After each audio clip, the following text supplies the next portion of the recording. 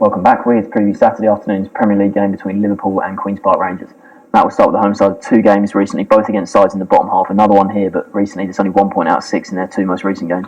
Yeah, really poor. I think it's really hurt them, isn't it, in the race for the top 4. And as you're going to mention later, obviously it's unlikely now they're going to finish there. But moving on to the 2 games, the weekend played West Brom and had a lot of the ball in that game, a lot of passing in and around the box, which is what you'd expect, and has been the case for Liverpool a lot this season, but a lack of invention in the real third. Balotelli played up there, Sterling in support, but there wasn't really. I think they had a couple of good chances. West Brom didn't have much in the final third. Berahino was probably their biggest threat, but Liverpool were comfortable at the back. Mignolet, had a quite simple game, to be honest, and it was one of those games where, if it was Chelsea or something, they did against QPR, they fancied them to nick a goal down the other end and win 1-0. Liverpool couldn't get that. Okay, the point of West Brom is not a terrible result. Then you go into the whole game and the whole battling for their lives. Has not been great at home this season. To lose 1-0 there, I think the goal itself was quite poor. Dawson playing on side by Balotelli and heads it in the bottom corner. And again, similar circumstances to the West Brom game. A lot of the ball, a lot of passing and probing, but no real cutting edge, which is, like I say, has been their problem. Sterling's got 7 goals this season in the league, but apart from that, there's been no impact from any of the other players they signed. So obviously that's a massive. If they're going to get the top 4 now, they need quite a minor miracle. And the last couple of games, to not score in those games as well, will be the most disappointing thing for Brendan Rodgers. Yeah, you mentioned the top 4 there. You look at the table now, and it's 4 games to go. They're 7 points behind Man U, and even though United, they had a poor game against Everton, losing 3-0 there, Liverpool at the moment, they just don't look like they're going to really challenge. And when you compare it to where they were last season, it's quite a staggering drop. We talked before about how much Everton have changed, but both Merseyside clubs have taken a real dip this season. Everton were great last season, but so were Liverpool. Liverpool 2 points off the title last year. They were so close to winning the league.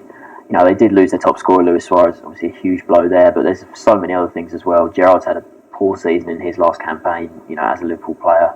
I think Henderson has been probably the bright spark. He has stepped up and he looks like he could sort of not necessarily fill Gerrard's void, but he's certainly come quite close to doing that.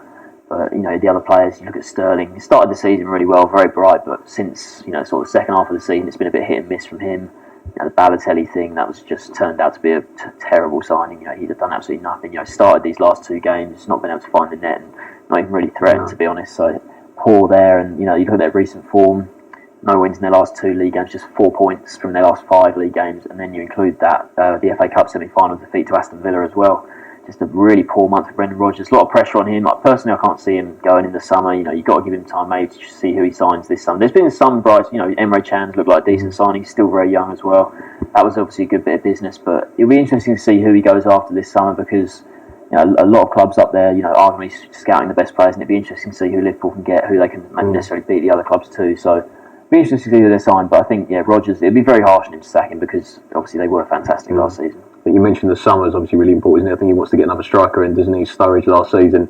You mentioned Suarez, but I think Sturridge was excellent as well last season, wasn't he? I think 20 goals he might have finished with around the 20 mark in the league, and I say Suarez was just different class, and he's got 101 goals last season. This season 47, so it's such a dramatic gap. I think Sterling's their top scorer in the league with 7. I think Gerrard's got around 5 or 6, a few penalties, and I say Balotelli's massively struggled. Barini has been in and out. Markovic has not really sort of threatened, and I think a lack of goals. Only City scored more than them last season, won more than them, which is quite incredible when you score over 100 goals in the league in 38 games. That's really, really good. But defensive, they were poor last season.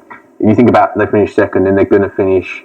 They're in the battle. Not even going to finish 5th, maybe. They've got some tough games. They play Chelsea away, Stoke away as well. So they're 2 big games, and if they get beaten both of them, or maybe pick up a point, then they could end up finishing 7th, and we'll go into the semi-finals of the FA Cup. That'd be a disappointing season for Liverpool.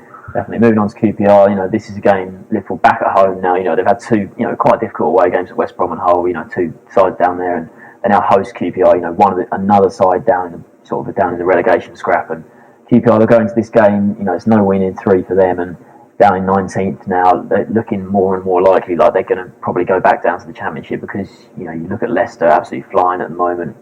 Villa, even though Villa lost to City at the weekend, Villa are looking much better under Sherwood. I mentioned Hull there, obviously beating Liverpool. Hull looking pretty solid, and it's hard to see QPR being one of the sides to sort of break out of the pack, really, to be honest. Down there, 27 points, just 1 more than Burnley, and in their last game home against West Ham, it was a big game for them. West Ham, they've been the second half of the season. West Ham haven't had a good time of it at all. A lot of poor results for them. They've sort of brilliant at the start of the season, but they now know they're going to finish sort of around sort of the mid-table mark, and West Ham have petered out completely. There's a real chance for QPR to dominate the game, I think, but they didn't really do it. They did get that penalty. Charlie Austin, usually very reliable from the spot, but it was not quite near the corner. Adrian did go the right way, decent save, but I think Austin could have directed it a bit better.